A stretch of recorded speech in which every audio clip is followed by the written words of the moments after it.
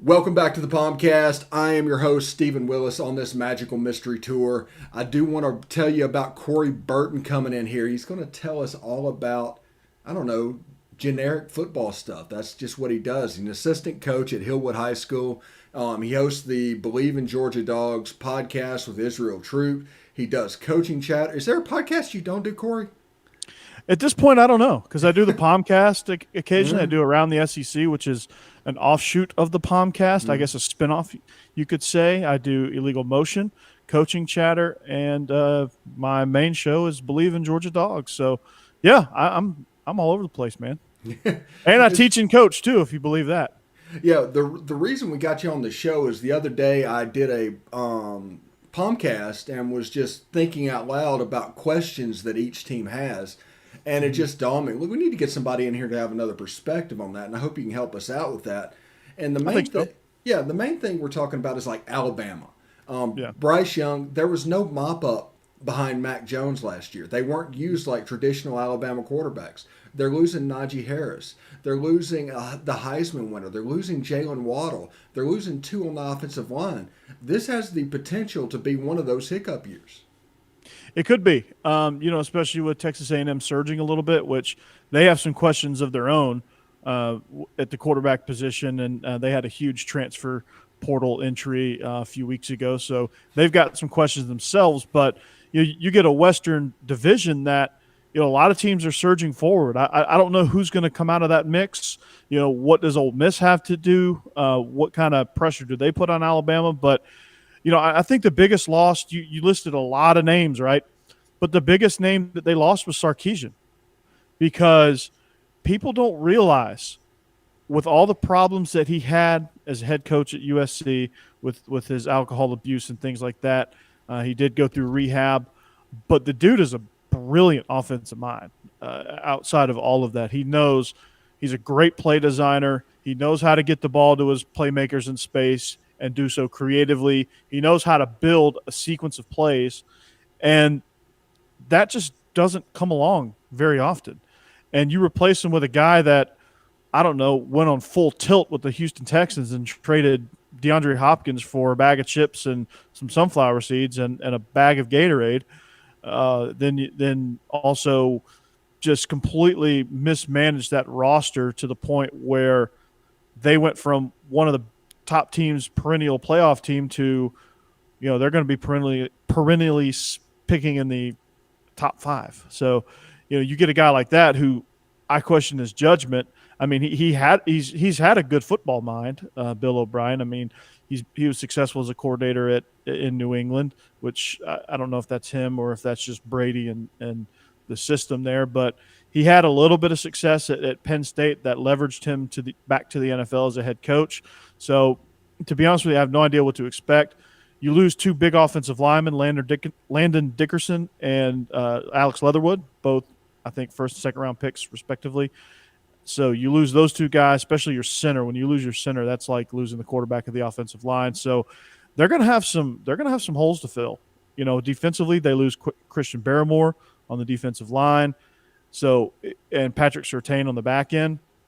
So I don't know what this Alabama team is going to look like. Of course, they've recruited extremely well. John Mechie III is going to be the next guy in line. Is he as good as Devontae Smith? We don't know. Is he as good as Jalen Waddle? I don't know. I mean, Jalen Waddle is more talented than Devontae Smith, in my opinion. And that's what's scary about it. Najee Harris, you lose him. What do they have behind him? I don't know. It remains to be seen. So I think the tall order is going to be, can Bill O'Brien figure that out and put them in the best position to win? Can he develop Bryce Young the way Sarkisian developed Tua and developed Mac Jones? That remains to be seen as well. So a lot of question marks with Alabama, but they're extremely talented and likely the favorites to win the division again. But don't count out Ole Miss. Don't count out Texas A&M. Don't count out Auburn. And definitely don't count out LSU. They've had some changes in philosophy. Again? Skip Peets, I think, was a great hire for Ed Orgeron. It'll be remained as, it's a great hire in theory. I think they had a pretty good successful spring. We'll see how that translates. I think Max Johnson is going to end up being their starting quarterback with TJ Finley transferring. Where does TJ Finley end up? I've heard Auburn. So that could be a factor that could go against Alabama. Well, he might be out Auburn, but Texas makes unreal sense for that kid It really does. to go under Sark and do He all should. that. Yeah, I mean, it He makes should if I were him. yeah. He's got an open lane to start, a great offensive system, a university that's just dying to get back to prominence, and I think they can do so under Sarkisian. Yeah, they think they're entitled to prominence, but they're probably They haven't 20 earned years. Yeah, they haven't earned it at this point. I think they have a chance if the chips fall right. I think they have a chance to earn their way back in. The next question I have is Emory Jones and how Dan Mullins will use him. There is a trap with how dynamic they were last year with Kyle Pitts and Kadarius Toney and Kyle Trask to try and run that system again. And if you do that with his passings, it's not setting Emory Jones up for success. I think the way that you need to use him is real similar to the way Dan Mullen used Chris Relf, the way Dan Mullen used Nick Fitzgerald. They're not exactly polished passers, but you put them in the right position. Absolutely. If they try to run last year's system, they're dead. They're dead in the water. They're going to have a losing record. They may not even make a bowl game if they try to do what they did last year with that whole crew. They're going to look totally different, and they're going to have to win totally different. If they want to have a chance at competing in the East, much less competing for a bowl game, they've got to figure out. He's got to dig deep into his. I didn't have a real quarterback at Mississippi State playbook, and they're going to have to do a lot of zone read. They're going to have to do a lot of option. They can do some short RPO pre-snap stuff, but they're going to have to get creative, and they're going to have to really rely on the run game, which is something that Florida hasn't done extremely well. They've been more of a passing team. They've been more predicated through the air with the quarterbacks that they've had.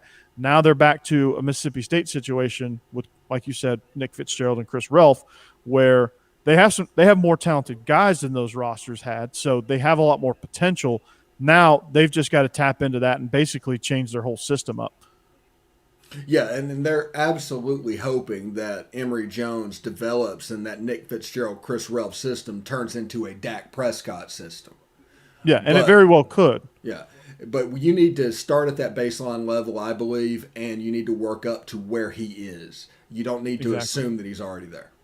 No, I mean, and he's had years in Mullins' offense, so he knows the passing side of it. He knows some of the things that they've done in years past, so that they can actually kind of dive into it a little bit, maybe not full bore like they did with Trask or even Felipe Franks, but they could probably dabble into it a little bit because he does know it and he is familiar with it. But they're going to have to really focus on quarterback runs and just the run game in general. So for Florida to be successful, that's what they got to do. Yeah, and switching up, I guess 75 up to Atlanta, Athens, that area. Will Kirby Smart take his foot off the throat of the offense and just turn them loose and be willing to give up 24 points instead of 14? He has to. I mean, adapt or die, right? He has the weapons all around. Even without George Pickens, you still have a ton of weapons. The kid that was previously committed to Ole Miss had a dynamic spring game. He had 7 catches for over 100 yards in the spring game. Became a legitimate weapon. Just fell into the laps of the Georgia Bulldogs and was a complete fluke because he was gung ho Ole Miss, and then I guess he decommitted. He sat out his senior season, the COVID year, and then he early enrolled and has just been electric since. So if Kirby Smart doesn't take his foot off the throat of the offense, then you're going to see Florida probably win the East again. But he's got to take advantage. He's finally got a legitimate quarterback in JT Daniels, and he's got 2 legitimate backups in Brock Vandagriff and Carson Beck, and he's got Gunnar Stockton coming down the pike in 2022. So he's going to have a run of really talented quarterbacks again. He's got a deep backfield, and he's finally improving his recruiting at the wide receiver spot. So that tells me all those clues tell me, and even at the tight end position. Brock Bowers is going to be – Brock Bowers may end up being better than Darnell Washington, believe it or not. But you have a NBA-type player at tight end. I mean, why not take advantage of some of those matchup nightmares? You got an athletic guy in Brock Bowers. You're going to have a lot of probably 12 and 22 personnel with the backs that Georgia has and the tight ends. you don't have one of those big, tall jump ball playmakers like George Pickens was, but you have some fast guys. You have Kears Jackson, you have Arian Smith, Marcus Roseme St. Jack, or Jack Saint, I'm sorry, that's coming back off of injury. Some of the workout videos he's posted, he's healthy. He's ready to go. You have Jermaine Burton, who's likely going to be the top playmaker of that group. So, I mean, you have a lot of weapons. Now you just got to say, hey, Todd Monken, do your thing, man. Let's go. How comfortable is Monken working with tempo? He loves it. That's kind of his thing. Okay. He did it at Oklahoma State. Not so much in the NFL, but that's a totally different beast. But Yeah, he did it at Southern Miss. He's scored and been successful in different ways. At Southern Miss, you had Ito Smith and Jalen Richard, so he was a lot of 20 and 21 personnel type stuff and put up big numbers. In the NFL, obviously that's a different deal. But with Oklahoma State, it was a lot of 10 personnel, so he knows how to win with different personnel groups. So that's good. Okay, so last year was absolutely, I guess, on Kirby for slowing down the offense as it went. It was on Kirby, and it was a little bit on the fact that they lost a lot of ground with COVID. They weren't able to have a normal offseason and installing everything like they normally would. They didn't have JT Daniels at the start of the year. I think he wasn't recovered all the way from his knee surgery, and he had some setbacks. And, when you start the year with Stetson Bennett, you're in a really tough spot there. So they were probably very limited in what they could do, what they had the ability to do. And then just a lot of factors. And then Kirby just still first-year coordinator, all those factors. He's probably like, okay, we just need to run the ball. And you get games like the 14-3 Kentucky game where it's just a snooze fest, and you're just like, man, we could have put a 50 spot on these guys, and we didn't. Then JT Daniels steps in and throw for 400 yards against Mississippi State in his first start, and then here we go. So I'm thinking with JT Daniels at the helm, you're going to see more of the latter half of Georgia's season where it was 400, 300 yards a game, and the average points per game went up by 10. Well, now the next question is Georgia ready for what's coming up week 1? I mean, that's an unbelievable matchup. Good Lord, yeah. I mean, you couldn't ask for a more difficult but electric atmosphere. I mean, it's a neutral site game in Charlotte, likely going to be full capacity now, which is outstanding. And you have a battle of two great quarterbacks, DJ Ongulale and JT Daniels. And it's going to be a showcase. And Clemson lost a lot with Amari Rodgers, Travis Etienne, and, of course, that guy named Trevor Lawrence, who, I don't know if you know anything about him. He's pretty good at football. But they lose a lot. He's going to be Tebow's backup. Yeah, he's going to be Tebow's backup down in Jacksonville. So that's good for the Titans.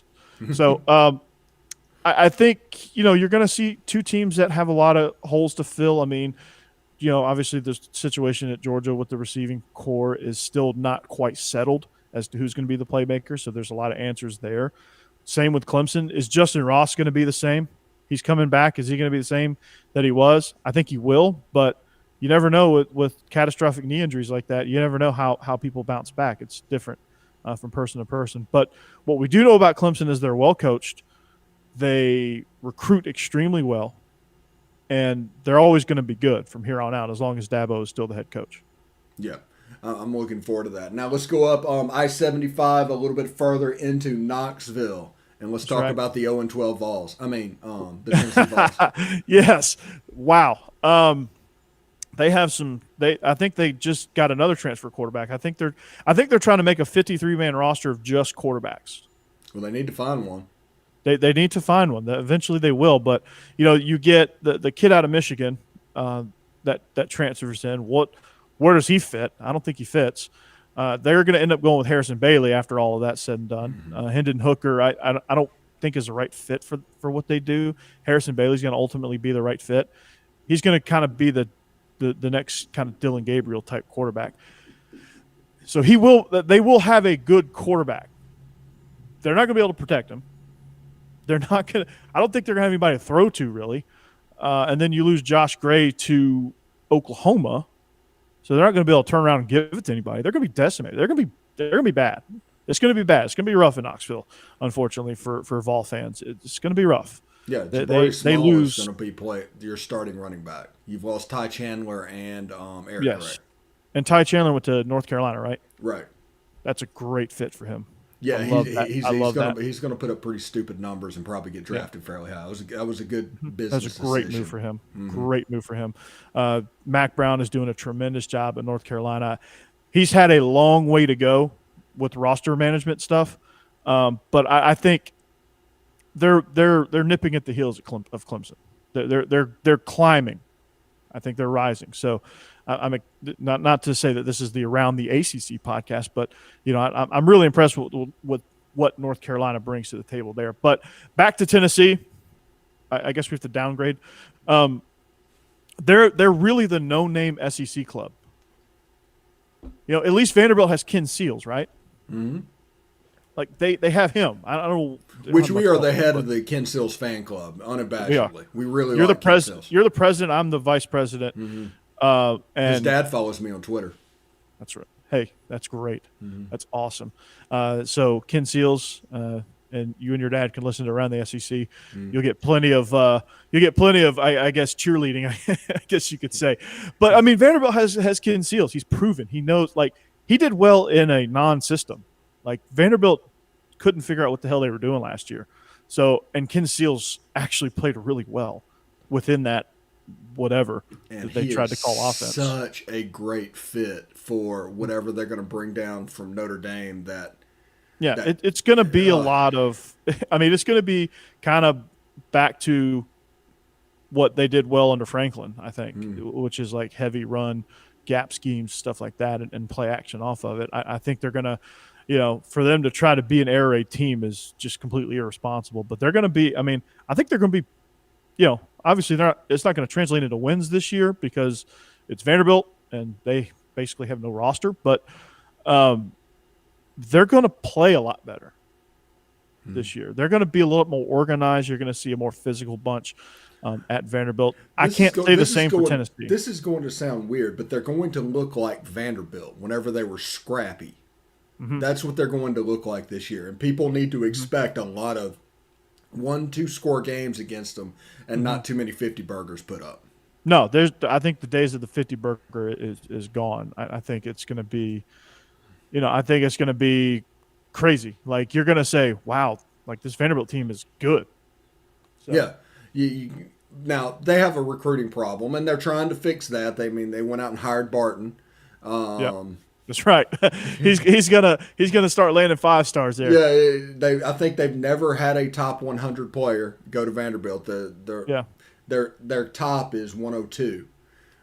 So the key is to find those guys that are willing to go to Nashville. And Nashville's a great town, and with Tennessee being down, now's the time to make the move. Well, just just win Nashville first of all. Mm-hmm. I mean, there's a lot of like you go in a 45-minute radius of Davidson County.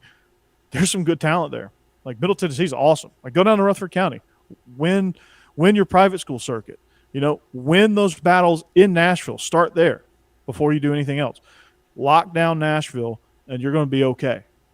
Yeah. Right at Vanderbilt, you're going to be okay. Like when they were good, like they were scrappy, like they were winning a lot of battles in Nashville for players. Right? You have your Cam Johnson, Jawan Williams, those types that were staying and going to Vanderbilt instead of leaving, going to LSU, Tennessee, Georgia, wherever. If they start winning Nashville, win Davidson County first, right? Win your county. Then win Williamson County, win Rutherford County. And those that don't know Tennessee geography, those are Metro Nashville suburbs. So win the greater Nashville area and then branch out from there. Then you can start going down 65 into northern Alabama, start winning a few battles there. Then you could go north into Kentucky, win a few battles there. Then you go down I-24 to Chattanooga, go to Baylor, McCallie, win a few battles there, then go into North Georgia, and then work your way down to Atlanta. And don't forget Memphis. Yeah, go west. Mm-hmm. Go west. They're going to have to, unfortunately they're competing with Ole Miss for a lot of those kids probably, but Tennessee surprisingly struggles in Memphis. They do. They've never good. And for Tennessee, Josh Heupel's got to figure out a way to win I-40. he's got to win I-40, right? And then he's got to win I-75. Yeah, he's got to establish some kind of a presence in Atlanta, and that's going to be so hard with Kirby. But Tennessee at its best is winning Atlanta. Exactly, and that's going to be tough. But you have Rodney Gardner, so and Rodney Gardner is really good in Atlanta. So that's a huge plus for Tennessee. I don't think Tennessee's going to be down long because I am impressed with what Heupel was able to do in the spring. I was kind of impressed with what they kind of look like. They're going to, but they're just so decimated talent wise. There's going to be a lot of 50 seconds 3 and outs and the defense thrown back on the field this year. That's what people need to expect this year in year one. The talent is just not there for what they want to do. And their depth is not there at all. They have no depth. It's a complete system change from what Jeremy Pruitt wanted to do to what Josh Heupel wants to do. Understand that and enjoy the 50 to 45 losses. Yeah, and you understand that as well as complete system change and a complete roster overhaul with getting decimated in the transfer portal, even losing some of your big recruits. It's not a good look for Tennessee. But I say in about 3 years' time they'll be okay. They'll start to build back up and they'll start to get used to it. It's gonna be a rough road here. Will Tennessee fans be patient enough to let they better be what needs to happen? Or are they just going to go down this never-ending circle of changing systems and changing coaches, and you can never get right? Yeah, they better be patient. They haven't been patient so far, and look what it's got them since 2007. Yeah, nothing, right? So they need to be patient. So be patient. Let Josh Heupel do his thing. He's proven he can win, right? He goes to UCF, right? On the heels of Scott Frost, but we see how Scott Frost is doing it in Nebraska. For Tennessee fans, that's got to give you a little bit of nervous energy of Scott Frost was great at Central Florida, won a national championship, right? By beating a 4-loss Auburn team or something like that? Yeah, exactly. By being an uninterested Auburn team in a bowl game. But no, they it gives you pause to see Scott Frost struggling so mightily at Nebraska because that's kind of what Tennessee is right now. But I think Heupel's better than Frost at coaching.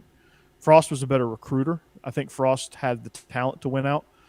But I think Josh Heupel is a better coach. He did well as Missouri's offensive coordinator back in the early years of Drew Lock, where Missouri was just awesome, right? I think he was a coordinator when they won the East back-to-back years too. I believe so. No, I do not believe he was. I think the coordinator then is the guy that went to Wyoming with the long hair. I don't know his name. Yeah, but Heupel, right. But Heupel, I think, was the replacement. I think he got there with Barry Odom. I have to look that up, but I think you're right. You may be right. Yeah, and it's really the Baylor system versus the Oregon system with Scott Frost and Josh Heupel. Which one is better? Which one has staying power? And it's looking like the Baylor system is winning out as the Oregon system is kind of going away.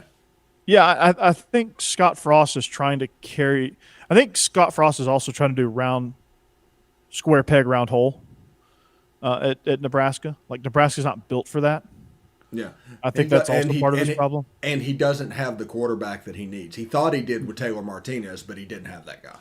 No, exactly. And so I think he's knowing now he's struggling. He's like, man, I can't do what I want to do, and I'm not well versed in anything else. So, he's going to struggle a little bit, and he's got to he's going to have some things to figure out. I think the Baylor system is a little bit more of a universal fit. I think you can do more with different types of personnel. You saw that at Arkansas. It didn't translate into wins, unfortunately, but they were pretty dang good, right? Mm-hmm. You see it at Ole Miss with Jeff Lebby, right? With Matt Corral, we had written him off completely, right? We did this about a year ago, almost exactly a year ago, right, Steve? Mm-hmm. And we did this, and we were like, man, that's John Rice Plumlee, and then whoever else they recruit to be his backup. We didn't know Matt Corral was going to end up being one of the best quarterbacks in the conference. But you take a Baylor system, he fits really well into the Baylor system, the Art Briles system. And it's a little bit more of a universal fit. I think Harrison Bailey can be that guy for Tennessee, which is why I think Heupel is better than Frost. So Tennessee fans, at least be patient enough to give Frost a chance, not Frost, I'm sorry, to give Heupel a chance to do what he does, right? He's got energy. He's got juice, right? He's got way more juice than Scott Frost. Josh Heupel is also a national championship winning quarterback. He knows kind of what it looks like, right? He played at Oklahoma. He knows, like, he kind of knows. I don't know what he knows, but he knows more than Scott Frost. And I think if Tennessee fans are patient, it will pay off, right? And I think also if you want to look at a team that I think has improved drastically with a coach similar to Heupel, look at, and I know this is a different conference, but they had way worse roster problems. But Virginia, like the fact that Virginia played for an ACC championship year before last, right? Yeah. The fact they played for an ACC championship, they got smoked by Clemson, which that was to be expected. But Bronco Mendenhall inherited a team that was kind of like Vanderbilt in the ACC. And in 3 years, he had them in the ACC championship. So, and Bronco Mendenhall had tremendous success at BYU. You know, I'm going to take us around the AAC for a second. How do you picture Dylan Gabriel and Gus Malzahn coexisting? That's going to be interesting. I talked to my cousin, who's an analyst at Georgia now. He was the Mustard Buzzards offensive coordinator for a year, 2 years ago. Yeah. Buster Faulkner. Yeah. And I was talking to him, and he was like, Auburn. He told me Auburn made a mistake firing Gus Malzahn. He said Gus Malzahn's a great coach. Maybe not a great fit for Auburn and what they wanted to do, but I think he'll be a great fit at Central Florida with what he does. And to be honest with you, I think him and Gus will get along just great. I just think with Gus Malzahn, his best team are with true dual threat quarterbacks like Nick Marshall or Cam Newton. That unlocked his offense. I think Dylan Gabriel's more dual threat than you think. When I watch him play, now this might be the Heupel system and it might change this year, but he looks statuesque. He does. I think he's more athletic than people give him credit for. But Gus Malzahn, I think his ceiling is Group of Five. I think he'd be a great Group of Five head coach. Okay. And at a program like UCF, which they're already established, I think he'll come in and do really well. I mean, he's the only person that's been able to beat Saban consistently or fairly consistently. So I mean, there's something to that. Yeah, absolutely. We'll shut it off here for Around the SEC. That's a good half hour. We will come back and do another special, and then during the summer it will become a routine thing. So for Corey Burton, I'm Stephen Willis.